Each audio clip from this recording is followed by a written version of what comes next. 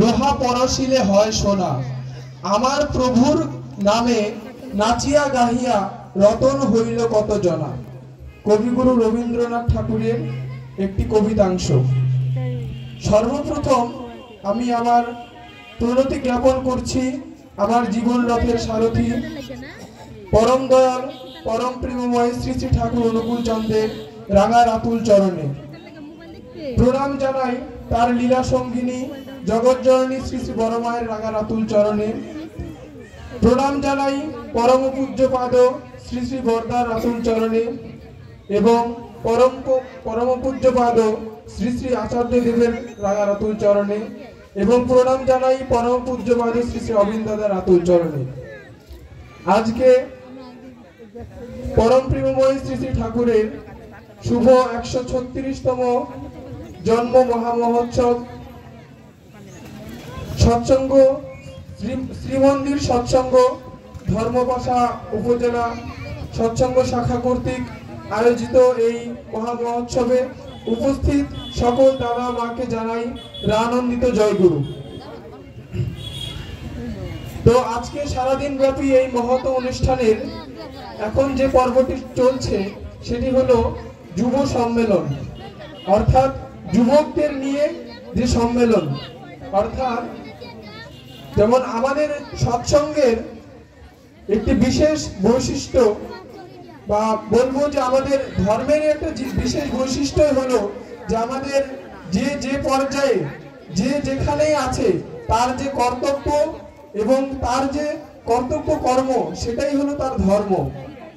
আমাদের ভগবান শ্রীকৃষ্ণ শ্রীমদ্ ভগবত গীতায় বলছেন যে অর্জুন যেহেতু ক্ষত্রিয় এবং সে রাজার বংশ থেকে যেহেতু, তাহলে আমরা যদি একটু চিন্তা করি যে শ্রীমদ্ ভগবত গীতায় কথা যদি একটু চিন্তা করি যে ভগবান শ্রীকৃষ্ণ অর্জুন তার ভক্ত, তার সামনেই কিন্তু উপবিষ্ট, তার রথের সারথি হিসাবে কিন্তু তিনি অবস্থান করতেছেন রথের মধ্যে।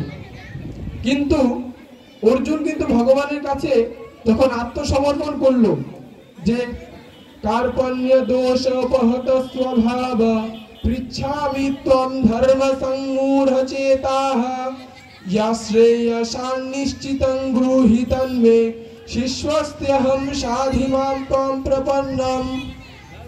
এটা অর্জুন বলছেন ভগবান শ্রীকৃষ্ণকে যে চিত্তের দীনতায় আমার কর্তব্য অকর্তব্য জ্ঞান বিনষ্ট হয়েছে, আমি সর্বতোভাবে তোমার শরণাগত, আমি এখন থেকে তোমার শিষ্য, তুমি আমার গুরু, অতএব তুমি আমাকে যা নির্দেশ করবে যেটা আমার পক্ষে ভালো হয় সেটা আমাকে নিশ্চিত করে বলো, আমি তোমার কথাই পালন করব।